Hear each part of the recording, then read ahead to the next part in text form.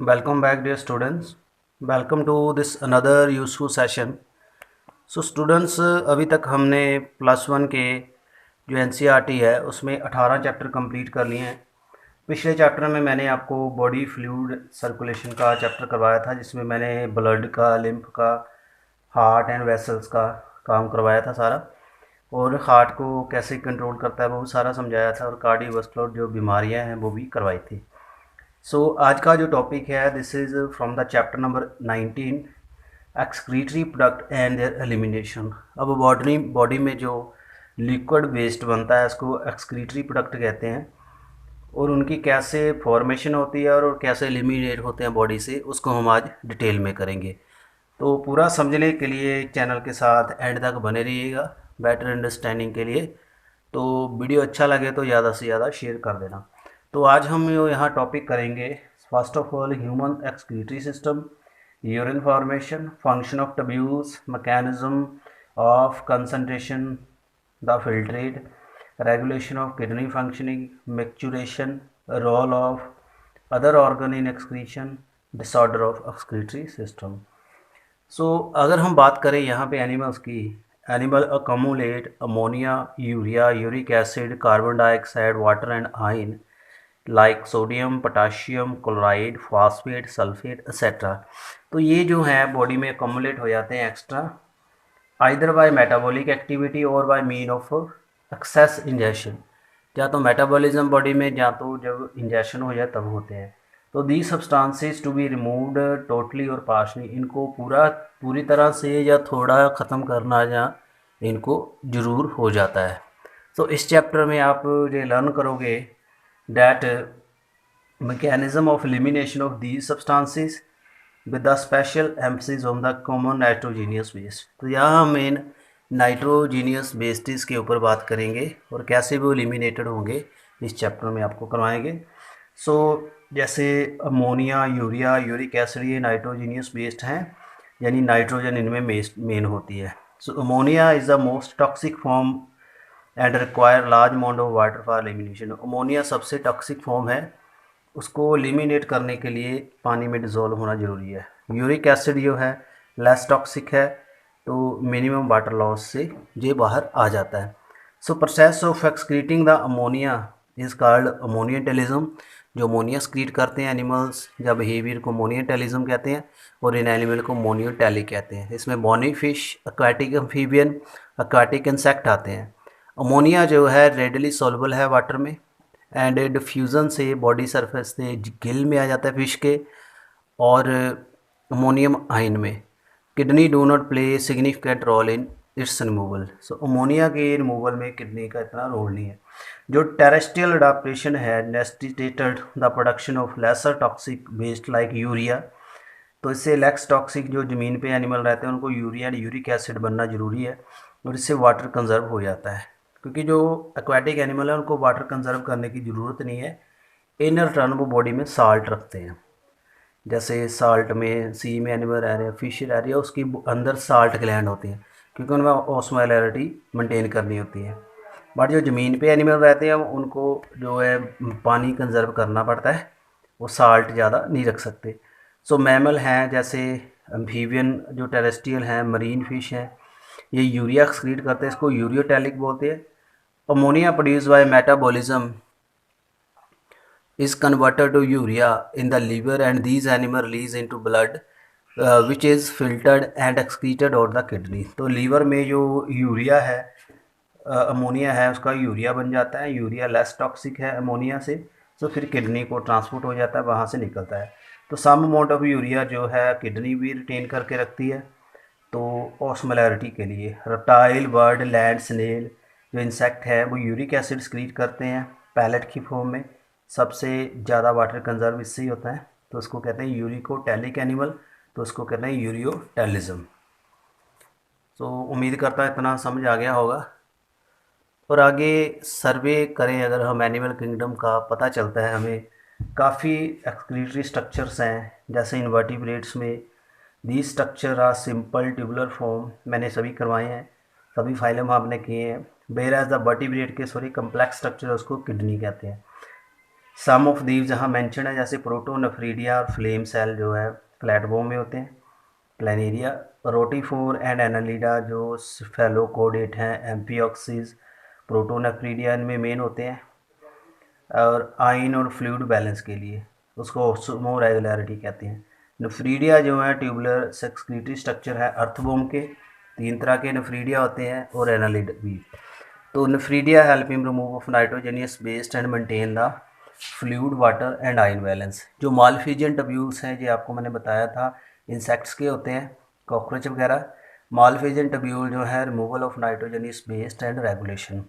जो antennal gland और green gland है ये आपकी आ जाती हैं प्रॉन वगैरह जो क्रस्टेशियंस होते हैं। सो यहाँ थोड़ा सर्वे किया, जो लिखे हुए हैं जो आप नोट कर लेना यहाँ से, इससे भी काफ़ी एमसीक्यूज अराइज होते हैं। आगे हम बात करेंगे ह्यूमन का एक्सक्रीटरी सिस्टम। ह्यूमन में जो एक्सक्रीटरी सिस्टम्स है फ्रेंड्स, इसमें किडनी का एक पेयर होता है, और किडनी से जो नाड़ी निकलती है इसको यूरेटर कहते हैं, और एक यूरिनरी ब्लैडर जो यूरिन को स्टोर करता है, और यूरिथ्रा एक पाइप होती है कॉमन पेनिस से जाती है, जो यूरिन को लेके जाती है। Kidney reddish brown bean shape होती हैं, और level of the thoracic and lumbar, last thoracic and third lumbar vertebra के बीच में होती है। Dorsal inner wall of abdominal cavity. जो किडनी है उसका 10 से 12 सेंटीमीटर लेंथ, 5 से 7 सेंटीमीटर वाइड, 2 से 3 सेंटीमीटर थिक होती है, 120 से 170 ग्राम इसका वेट होता है। Toward the centre of the inner concave surface kidney की एक नोच बनी होती है जिसको हाइलम कहते हैं, ये इसकी नोच है अंदर को। सो यहाँ से देख सकते हो 2 पार्ट हैं किडनी के, कॉर्टेक्स एंड मेडुला। ये किडनीज हैं आपकी। जो वेन्स किडनी को जाती है उसको रीनल वेन कहते हैं, जो किडनी से ब्लड बाहर आता है वो रीनल आर्टरीज होती है। सो एड्रीनल ग्लैंड है ऊपर, कप शेप है, इसको सुप्रा रीनल ग्लैंड भी कहते हैं। बाहर का जो पार्ट है किडनी का वो मेडुला, अंदर का मेडुला होगा, बाहर का कोर्टेक्स होगा। तो ये जो नोच बने इसको हाइलम कहेंगे।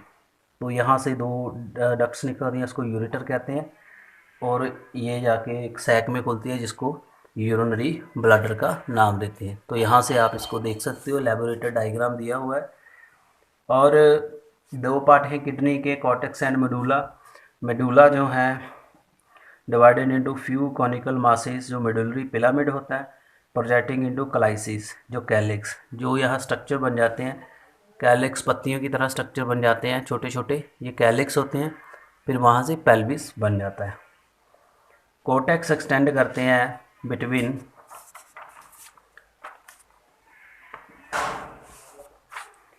मेडुला एंड कॉर्टेक्स, जो पिरामिड है उसमें स्ट्रक्चर बनता है, उसको कहते हैं कॉलम ऑफ बेर्टिनी, ये पेपर में आता है। तो उसमें थोड़ी एक्सटेंशन बन जाती है। ईच किडनी जो है has nearly 1 million of complex tubular structure, जो नेफ्रॉन है, जो स्ट्रक्चर यूनिट है, फंक्शनल यूनिट है किडनी के। सो ईच नेफ्रॉन जो है उसके 2 पार्ट हैं, glomerulus and renal tubule. Glomerulus जो है कैपिलरी का टफ्ट होता है, afferent arteriole and fine branch of the renal arteries. A fine branch of renal artery and blood from the glomerulus is carried away by the afferent. Afferent होती है जो blood को लेती है, efferent होती है जो ब्लड बाहर निकालती है। तो ये हम आगे पढ़ेंगे। रीनल ट्यूब्यूल जो है विद डबल वाल, जो कप लाइक स्ट्रक्चर है ऊपर वाला, इसको बोमन कैप्सूल कहते हैं। विच इनक्लोजेस द ग्लोमेरुलस, जो ग्लोमेरुलस है with the Bowman capsule is called Malpighian body, इकट्ठे को कहेंगे ग्लोमेरुलस एंड बोमन कैप्सूल को, और renal corpuscles. The tubule continue further, फिर वहाँ से proximal PCT and distal convoluted tubule बनते हैं, वो हम आगे पढ़ते हैं। यहाँ देखिए पहले ये एलएस है किडनी का, ये इसका कॉर्टेक्स पार्ट है, उसके बाद जो इनर वाला मेडुला है, ये पिरामिड बने हैं स्ट्रक्चर, ये कैलिक्स है, कैलिक्स जो ज्वाइन करके पिरामिड बनाते हैं, तो ये हाइलेस स्ट्रक्चर बन जाता है। ये रीनल वेन है, ये रेड कलर की रीनल आर्टरी है, यहाँ से जो डक्ट निकल रही है, यहाँ से कैलिक्स से पेल्विस इकट्ठा करके डक्ट निकाल देता है, नेफ्रॉन इकट्ठी यहाँ खुलती हैं, उसको यूरेटर कहते हैं। और ऐसे मैं बात कर रहा था, मुझे उम्मीद अपना पीसीटी तक समझ लिया होगा। उसके बाद जो हेयर पिन शेप एक स्ट्रक्चर होता है उसको लूप ऑफ हैनले कहते हैं, and it is the next part of tubule which has the descending और असेंडिंग लिम्ब। जो असेंडिंग लिम्ब है वो कंटिन्यू करता है with the coiled tubular region that is the distal convoluted tubule, जिसमें काफ़ी नेफ्रॉन होते हैं, स्ट्रेट ट्यूब्स होती हैं। उसके बाद कलेक्टिंग डक्ट्स आती हैं जो कन्वर्ज कर जाती हैं इनटू रीनल पेल्विस एंड वहाँ से मेडुला पिरामिड से क्लाइसिस। और जो मालफिजेंट कार्पसल्स हैं इसमें पीसीटी डीसीटी जो नेफ्रॉन के हैं situated in the cortical region of kidney, where the loop of Henle जो है मेडुला में, यानी लूप ऑफ हैनले जो मेडुला में होती है, बाकी जो पार्ट हैं नेफ्रॉन के वो कॉर्टेक्स में होते हैं। And majority of the nephron the loop of Henle are the too short, जो नेफ्रॉन्स जो हैं इसके लूप ऑफ हैनले शॉर्ट होती हैं and extend very little in the medulla, यानी कॉर्टेक्स की जो नेफ्रॉन्स है वो बड़ी होती हैं, मेडुला की कम होती हैं। So in some nephron the loop of Henle is very long and run into medulla, medulla तक भी कही जाती है, कुछ बड़ी होती हैं। These nephron is called juxtamedullary nephron, ये याद कर लेना है। जिन नेफ्रॉन्स की लूप ऑफ हैनले बड़ी होती है वो कॉर्टेक्स से लेके मेडुला तक चली जाती है, उसको जक्स्टा मेडुलरी नेफ्रॉन का नाम देते हैं। और उसके बाद जो इफरेंट आर्ट्रियोल है emerging from the glomerulus form a fine capillary network around the renal tubule and it is called peritubular capillary.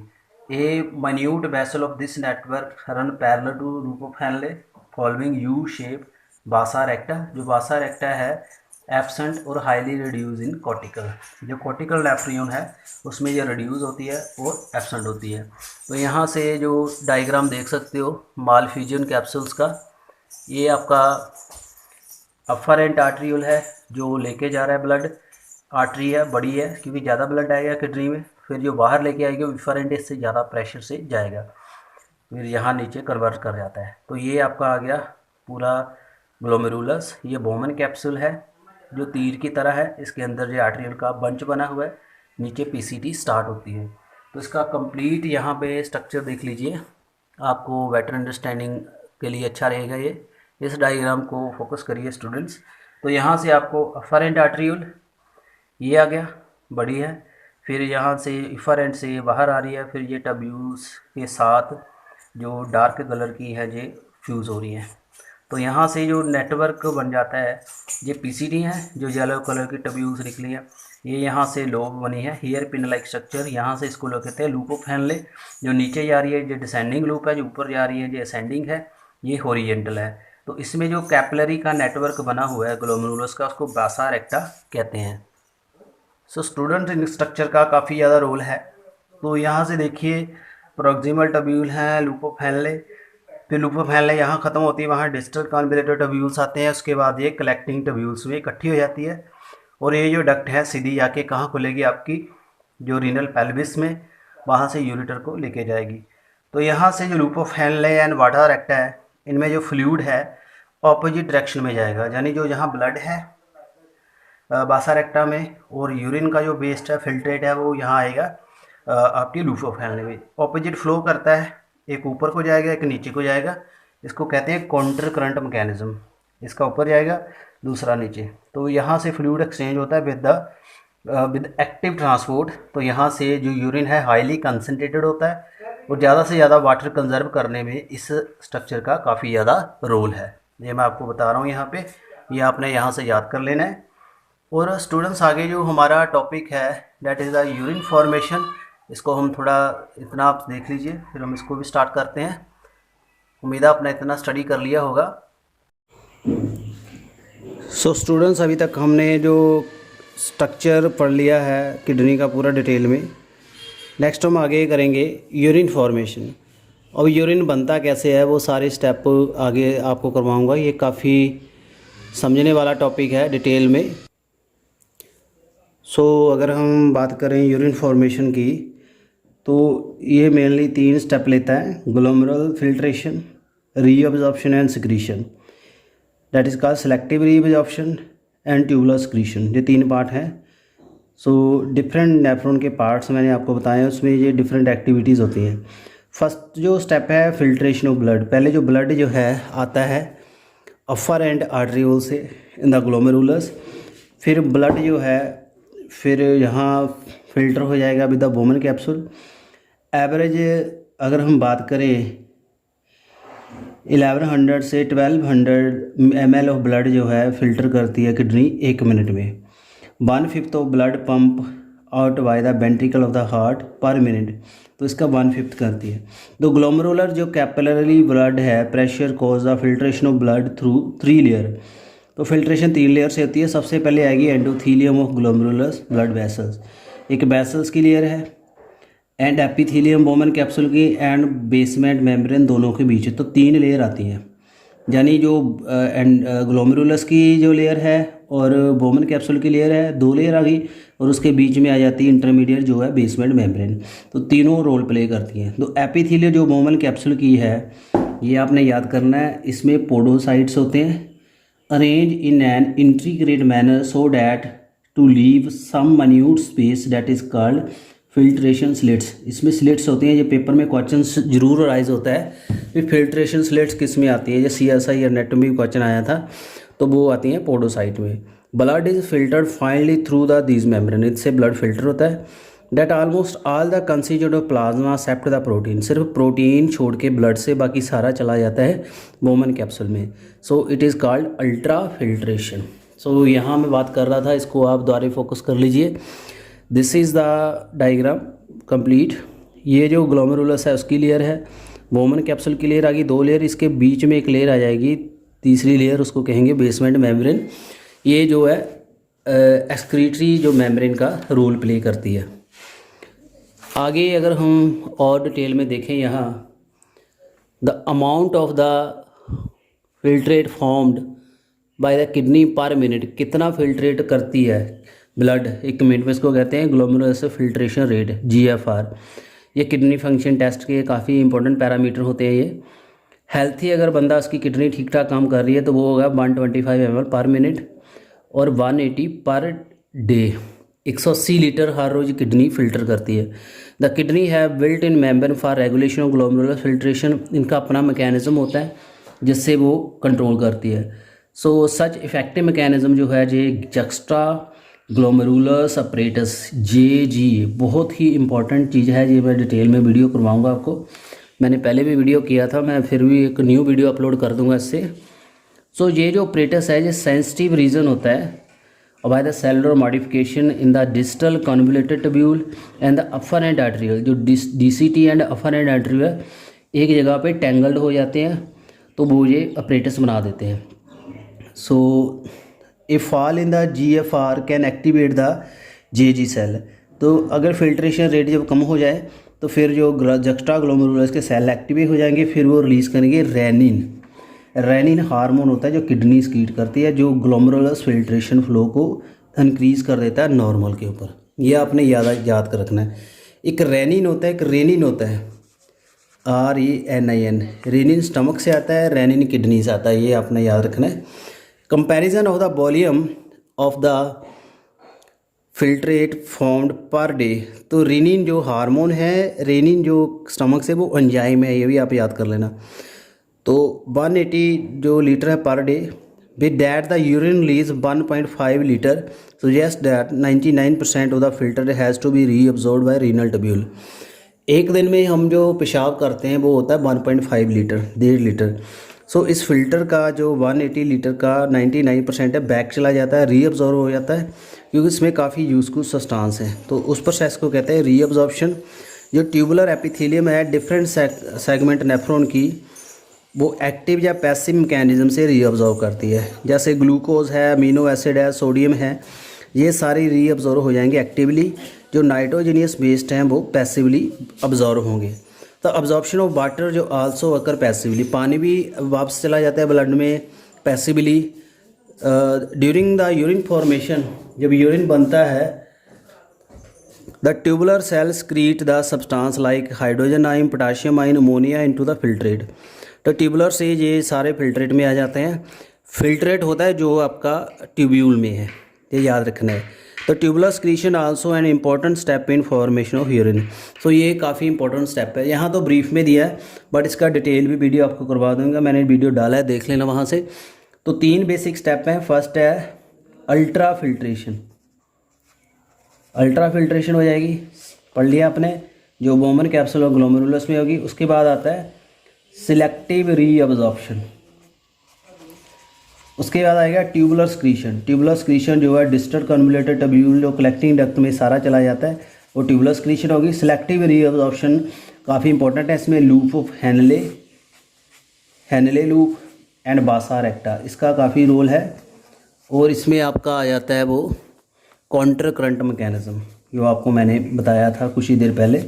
जो काउंटर करंट मैकेनिज़्म है ये यूरिन को कर देता है, थोड़ा डेंस कर देता है। तो आगे आपको आ जाएगा। अब जो ट्यूब्यूल्स हैं उसका क्या रोल है। जो पीसीटी हैं इनमें simple cuboidal brush border epithelium होती है which increase the surface area of reabsorption. ये आपने याद करना है ब्रश बॉर्डर एपिथेलियम किस में होती है। Nearly are the essential nutrient जो है 78% इलेक्ट्रोलाइट एंड वाटर द्वारा सिर्फ ब्लड में चला जाता है यहाँ से। पीसीडी जो मेंटेन करता है pH and ionic balance by the selective reabsorption. Hydrogen ion जो है अमोनिया है पोटाशियम है ये जो है into the filtrate and bye absorption H3O negative carbonate ion from it. Filtrate में जाएंगे पोटाशियम एंड अमोनिया, फिल्ट्रेट से आएंगे कार्बोनेट आयन जो कि कार्बन डाइऑक्साइड ट्रांसपोर्ट में काफ़ी रोल प्ले करते हैं। उसके बाद फ्रेंड लूप ऑफ हैनले की बात कर रहा है जो मैंने आपको डायग्राम दिखाया था। रीअब्जॉर्प्शन जो है मैंने अभी भी आपको बता दिया इन दिस सेक्शन मिनिमम होती है। However the region play significant role in maintenance the osmolarity. Osmotic जो मोलैरिटी है डिफरेंट आयन की उसको मेंटेन करता है, बट यहाँ रीअब्जॉर्प्शन कम होती है और इंटरस्टिशियल फ्लूइड की ऑस्मोलैरिटी बना के रखता है। जो डिसेंडिंग लिम्ब है लूप ऑफ हैनले का परमिएबल है वाटर के लिए बट इलेक्ट्रोलाइट के लिए इनपरमिएबल है। This concentrate the filtrate it move down.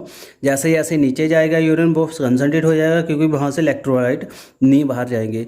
जो ऊपर को लिम्ब आएगा वो पानी के लिए इम्परमिएबल होगा और वहाँ से इलेक्ट्रोलाइट जो है एक्टिवली ट्रांसपोर्ट होंगी। सो द कंसनट्रेटेड जो फ्लूइड है अप और ऊपर आ जाएगा। It get diluted due to the passage of electrolyte into the medullary fluid. So ये नेचर ने काफ़ी अच्छा बैलेंस बनाया है। जो लूप ऑफ हैनले है उसके डिफरेंट जो पार्ट्स हैं उसकी अलग अलग जो रीअब्जॉर्बिंग कैपेसिटी है। जो डीसीटी आ जाते हैं डिस्टल कन्वोल्यूटेड टब्यूल जो कंडीशनल सोडियम की रीअब्जॉर्प्शन एंड वाटर की है वो इस सेगमेंट में होती है। डीसीटी है रीअब्जॉर्प्शन करवाता है कार्बोनेट आयन की and selective reabsorption of hydrogen and potassium ion and ammonia भी करवाता है। और pH sodium and potassium balance भी मेंटेन करता है ब्लड का। और आगे आपका आता है कलेक्टिंग डक्ट्स। कलेक्टिंग डक्ट्स जो है लॉन्ग डक्ट्स होती हैं जो डीसीटी से राइज होती हैं कॉर्टेक्स से किडनी के और मेडुला तक जाती हैं। Large amount of water would be reabsorb this area से और यूरिन और कंसनट्रेटेड हो जाएगा। इस सेगमेंट जो है ये अलो करता है passage of the small amount of urea into the medullary interstitium and complete the osmolarity. काफ़ी रोल प्ले करता है pH and ion balance maintain करने के लिए by selective secretion of hydrogen and potassium ion. तो ये आपको मैंने बता दिया। अब यहाँ बहुत इंपॉर्टेंट डायग्राम आपको दिखा रहा हूँ, इसको स्क्रीनशॉट ले लीजिएगा, बना के देख लीजिए, आपकी प्रिपरेशन के लिए अच्छा है। सो ये पूरा मैकेनिज्म दिखाया हुआ है कैसे रीअब्जॉर्प्शन होती है। सो अब यहाँ से अपर एंड आर्टरियल से ब्लड आ गया, यहाँ से फिल्टर्ड होके चला गया सारा बोमन कैप्सूल में। फिर यहाँ जो पीसीटी है पीसीटी एरिया है, इससे अब जो चीज़ बाहर जा रही है वो जा रही है ब्लड को, जो इससे बाहर अंदर एरो आ रहा है वो ब्लड से अंदर आ रही है। यानी ये जो चीज़ें हैं NaCl न्यूट्रिएंट हैं वाटर हैं जो सारे द्वारे ब्लड में जाएंगे और इससे ब्लड से हाइड्रोजन आयन है अमोनिया आ रहा है। उसके बाद नीचे आ गया डिसेंडिंग लूप। डिसेंडिंग लूप मैंने आपको बता दिया था जो पानी के लिए परमिएबल होती है, पानी इससे बाहर आ जाएगा, फिर वो जो पानी है बाहर चला जाएगा फिर ब्लड में और इससे आयन कोई अब्जॉर्ब नहीं होगा, आयन पूरा यहाँ चला जाएगा। उसके ऊपर असेंडिंग लिम्ब में चला जाएगा जहाँ भी वाटर जो है अंदर नहीं जाएगा, फिर वाटर कंसनट्रेटेड हो जाएगा। यानी यहाँ से जो ब्लड की वेसल्स हैं कैपिलरी है ग्लोमेरुलस है उससे ब्लड द्वारा यहाँ नहीं जाएगा, फिर सोडियम क्लोराइड बाहर आ जाएगा। उसके बाद यहाँ NaCl water carbonate ion potassium hydrogen अंदर जा रहा है, ये बाहर आ रहे हैं, फिर कलेक्टिंग टब्यूल से यूरिन बाहर आ रहा है। So this is the part, this is the proximal part, this is the distal part. तो ऐसे डिफरेंट जो पार्ट्स हैं उसमें ये पार्टिसिपेशन होती है। ये ज़्यादातर जो सेगमेंट्स हैं इतने सेगमेंट जो कॉर्टेक्स किडनी के पार्ट को बिलोंग करते हैं, जो लूप ऑफ हैनले या डीप अंदर मेडुला तक चली जाती हैं। तो दिस इज़ द फंक्शन, दोबारा देख लीजिए। उसके बाद कंसंट्रेशन करने का क्या मैकेनिज़्म है। जो मैमल्स हैं उनकी एबिलिटी है पानी को कंजर्व करना, क्योंकि पानी की ज़मीन के ऊपर कमी आ जाती है, जैसे रेगिस्तान में एनिमल रहते हैं उसमें लूप ऑफ हेनले एंड वासा रेक्टा का काफ़ी रोल है। तो फ्लो फिल्टर्ड जो दो लिम्फ में loop of Henle opposite direction में जाता है, यानी दोनों लिम्स में असेंडिंग एंड डिसेंडिंग में ऑपोजिट जाएगा। यहाँ देख लीजिए, आपको क्लियर हो जाएगा। यहाँ से फ्लो इस डायरेक्शन में जा रहा है, यहाँ से फ्लो ऊपर जा रहा है। तो यहाँ जो आपकी बासा रेक्टा होगी उसका फ्लो ऊपर होगा, यहाँ की बासा रेक्टा का फ्लो नीचे होगा। तो इसको कहते हैं काउंटर करंट मैकेनिज्म। तो यहाँ लिखा हुआ है काउंटर करंट। तो ये जो फ्लो है ब्लड का थ्रू द टू लिम्फ वो द बासा रेक्टा इज आल्सो काउंटर करंट, ये भी काउंटर करंट ही चलता है, यानी ऊपर का फ्लो अलग होगा, नीचे का अलग होगा। सो यहाँ से प्रॉक्सिमिटी दोनों में बनी हुई है, वासा रेक्टा लूप ऑफ हेनले में। और काउंटर करंट मैकेनिज्म जहाँ मेंटेन करता है, ऑस्मोलैरिटी इंक्रीज कराता है इनर मेडुलरी इंटरस्टिशन में फ्रॉम द 30 यानी 300 ml ऑस्मोलैरिटी बना के रखता है। कॉर्टेक्स में 1200 ml मेडुला में। सो मेडुलरी पार्ट में यहाँ काफ़ी ज़्यादा ऑस्मोलैरिटी बनती है। ऑस्मोलैरिटी का मीनिंग है यहाँ वाटर और ज़्यादा ब्लड में जाएगा, यूरिन और कंसनट्रेट हो जाएगा। ये मेंटेन होता है बाय NaCl एंड यूरिया से। NaCl ट्रांसपोर्ट हो जाता है असेंडिंग लिम्ब से, मैंने भी बता दिया आपको, which extend into the descending limb of the बासा रेक्टा। उसके डिसेंडिंग में बासा रेक्टा का या असेंडिंग पार्ट किसका आ जाएगा आपका, वो लूप ऑफ हेनले का। जब NaCl है वो रिटर्न करा जाता है इंटरस्टिशियल में by ascending portion of vasa recta. Similarly the small amount of urea enter the thin segment of ascending segment of loop Henle which is transported back to interstitial by collecting tubule. So ये जो mechanism बताया हुआ है इसको counter current mechanism कहते हैं। और ये काफ़ी ज़्यादा यूरिन को कंसनट्रेट करता है एंड कंसनट्रेट करता है मेडुलरी सेगमेंट तक जो यूरिन जाता है और कंसनट्रेटेड हो जाता है। Presence of such interstitial gradient help in easy passage of water from the collecting tubule thereby concentrating the filtered urine और कंसनट्रेट हो जाएगा। ह्यूमन किडनी जो है यूरिन को काफ़ी 4 टाइम कंसनट्रेट कर देती है फिल्टर्ड से। तो ये इस वजह से होता है अगर ये काम कर रहा है। तो यहाँ देखिए आप, ये काउंटर करंट मैकेनिज्म का पूरा डायग्राम है जो एक्सपेक्टेड एक्सपेरिमेंटल इन्होंने पैरामीटर मेजर किए हैं। ये पार्ट है वासा रेक्टा जो ग्लोमेरुलस की कैपिलरी है, ये आपका है लूप ऑफ हेनले। तो देखिए ये इसका आ गया नीचे वाला लिम्ब, इसका फ्लो ऊपर को जा रहा है, इसके नीचे वाले लिम्ब में नीचे को आ रहा है, इसका नीचे जा रहा है, इसका ऊपर। This is the counter current opposite direction में। तो इसमें जो बाहर चीज़ें जा रही हैं, बाहर वाला रो देख लीजिए, जो अंदर को आ रही हैं वो इसके अंदर आ रही हैं, यानी जो बासा रेक्टा के अंदर जा रही हैं मतलब वो ब्लड में इंटर कर रही हैं। जो बाहर को जा रही है वो ब्लड से बाहर जाके इसमें आ रही है, ये आपने याद करना है। ऑस्मोलैरिटी इस रीजन में 300 है, यहाँ 1200 बन जाएगी, यानी जैसे जैसे मेडुला पार्ट में इंटर करेंगे ऑस्मोलैरिटी ज़्यादा होगी। इसका मीनिंग है वाटर द्वारा ब्लड में जाएगा। तो यहाँ से देख लीजिए वाटर बाहर आ रहा है, समझ आ रहा है दोस्तों। देखिए यूरिया भी बाहर आ रहा है, यूरिया भी द्वारा आपके ब्लड में चला जाता है, वाटर भी। तो यूरिया ऑस्मोटिक बैलेंस बना के रखता है, बट मेजॉरिटी ऑफ यूरिया जो है कहाँ चला जाता है, आपके यूरिन में। अगर आपकी किडनी सही तरीके से काम नहीं कर रही तो आपके ब्लड में यूरिया ज़्यादा हो जाएगा, यूरिक एसिड ज़्यादा हो जाएगा। ये किडनी फंक्शन टेस्ट होते हैं। और आपके ब्लड में क्रेटिनिन का इम्बैलेंस हो जाता है, वो यूरिनरी बेस्ड होते हैं। तो यहाँ से आप देख लीजिए कितना आपकी किडनी की नेचर ने एफिशिएंट वर्किंग बनाई हुई है। तो यहाँ से देखिए, जहाँ से फ्लो आया इफरेंट इसको कनेक्ट कर रहा है वासा रेक्टा को, तो कैसे फ्लो हो रहा है, यानी 99% जो है यहाँ से कितना बताया था मैंने, 180 लीटर बन जाता है, डेली फिल्टर होता है। तो 1.5 लीटर जो यूरिन है इस मैकेनिज्म से ही बनेगा डेली। अगर ये मैकेनिज्म ना हो तो आपकी बॉडी पूरी डिहाइड्रेट हो जाएगी, आपकी बॉडी में जो फ्लूइड है बचेगा नहीं। और काफ़ी न्यूट्रिशियस पार्टिकल्स जो हैं, जो प्रोटीन्स हैं, आयंस हैं, हार्मोन्स हैं, वो भी द्वारा बॉडी में जाते हैं, जो आपके काफ़ी यूज़फुल है। उसके बाद है किडनी के फंक्शन की रेगुलेशन। जो किडनी का जो फंक्शन है एफिशिएंसी जो मॉनिटर की जाती है by hormone feedback, by hypothalamus, juxtaglomerulus, और हार्ट भी रोल प्ले करता है। जो ऑस्मो रिसेप्टर होते हैं बॉडी के activated by change in the blood volume, the body fluid volume and the ionic concentration. Excess loss of the fluid from body can activate these receptor. अगर ज़्यादा flow हो रहा है, पानी बाहर रहा है फ्लूइड का, तो ये एक्टिव हो जाएंगे। फिर हाइपोथैलेमस को एक्टिव करके वो कहेंगे भी ADH हार्मोन रिलीज़ करे, एंटी डायरेटिक हार्मोन, जिसको वैसोप्रेसिन कहते हैं, जो कि न्यूरो हाइपोफाइसिस से आता है, यानी हाइपोथैलेमस से आता है। ये फैसिलिटेट करता है रीअब्जॉर्प्शन का, द्वारे पानी चला जाएगा फिर ब्लड में, बाय प्रिवेंटिंग डायरेसिस, यानी यूरिन कम कंसनट्रेट यानी ज़्यादा कंसनट्रेटेड होगा। Increase in the body volume, अगर फ्लूइड बढ़ गया, ब्लड में पानी बढ़ गया तो फिर ये रिसेप्टर स्विच ऑफ हो जाते हैं, फिर ADH की रिलीज जो है बंद हो जाती है।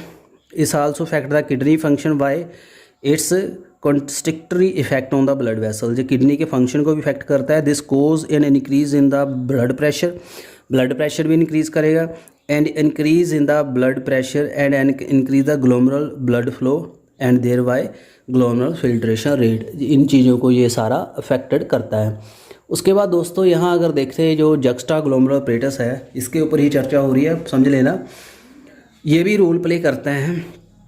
अगर ग्लोमेरुलर फ्लो कम हो जाए तो जो सेल रिलीज़ करते हैं रेनिन, ये क्या कर देते हैं, एंजियोटेंसिनोजन जो लीवर बनाता है उसको एंजियोटेंसिन 1 फिर एंजियोटेंसिन 2 में कन्वर्ट करते हैं। ये पावरफुल वैसोकंस्ट्रिक्शन है जो कि ग्लोमेरुलस ब्लड फ्लो को इंक्रीज़ कर देता है, उसका रेट बढ़ा देता है फिल्ट्रेशन का। जो एंजियोटेंसिन 2 है वो एक्टिवेट करता है एड्रिनल कॉर्टेक्स को, और उससे एल्डोस्टेरोन हार्मोन रिलीज होता है जो कि सोडियम को द्वारा ब्लड में बना के रखता है और पोटेशियम को बाहर धकेलता है। साल्ट रिटेनिंग हार्मोन है, ये स्टीरॉयड का बना होता है एल्डोस्टेरोन। इसको मिनरेलो कॉर्टिकॉइड भी कहते हैं, पढ़ा होगा आपने। This also lead the increase in blood pressure, जितना ब्लड प्रेशर बढ़ जाएगा उतना किडनी में ज़्यादा फिल्ट्रेट आएगा। दिस कम्प्लेक्स मैकेनिज्म, इसको कहते हैं रेनिन एंजियोटेंसिन मैकेनिज्म। जो मैंने वीडियो डाली है, आपको लिंक दे दूँगा, वहाँ से देख लेना। ये आ गया रोल, पहला ही रोल आपने पढ़ लिया ADH का, उसके बाद पढ़ लिया आपने GA का। अब थर्ड रोल है हार्ट का। हार्ट का कैसे है, जो blood flow to atria and the heart, उससे जो एट्रियल नेट्रियोटिक फैक्टर है ANF फैक्टर होता है जो हार्ट से रिलीज होता है, it can cause a vasodilation, इससे वेसल का साइज़ बढ़ जाता है, डायामीटर वाइड हो जाएगा, इससे ब्लड प्रेशर कम हो जाएगा। जो ये मैकेनिज्म है act feedback to the angiotensin, उसके फीडबैक को काम करता है। ये आप उम्मीद है आपने समझ लिया होगा। तो लास्ट में मिक्चुरेशन, यूरिन कैसे बाहर आता है। Urine found by nephron is ultimately carry to urinary bladder, फिर यूरिनी ब्लैडर में स्टोर हो जाता है। Stored in the volume signal, जो वॉलेंट्री सिग्नल जो है ब्रेन से आता है, CNS से भी यूरिन करते हैं। This signal initiated by stretching the urinary bladder, stretch हो जाता है तो जो फिल्ड विद है यूरिन से bladder. In response to the stretch receptor जो है ब्लैडर के सिग्नल देते हैं CNS को, जो CNS है passes on the motor message देता है and initiate the contraction of smooth muscle, bladder के स्मूथ मसल कंट्रैक्ट करते हैं और रिलैक्सेशन होता है, यूरेथ्रल स्पिंचर खुल जाता है और यूरिन बाहर जाता है। जो process of the release of the urine is called micturition, पेशाब करने को मिक्चुरेशन कहते हैं।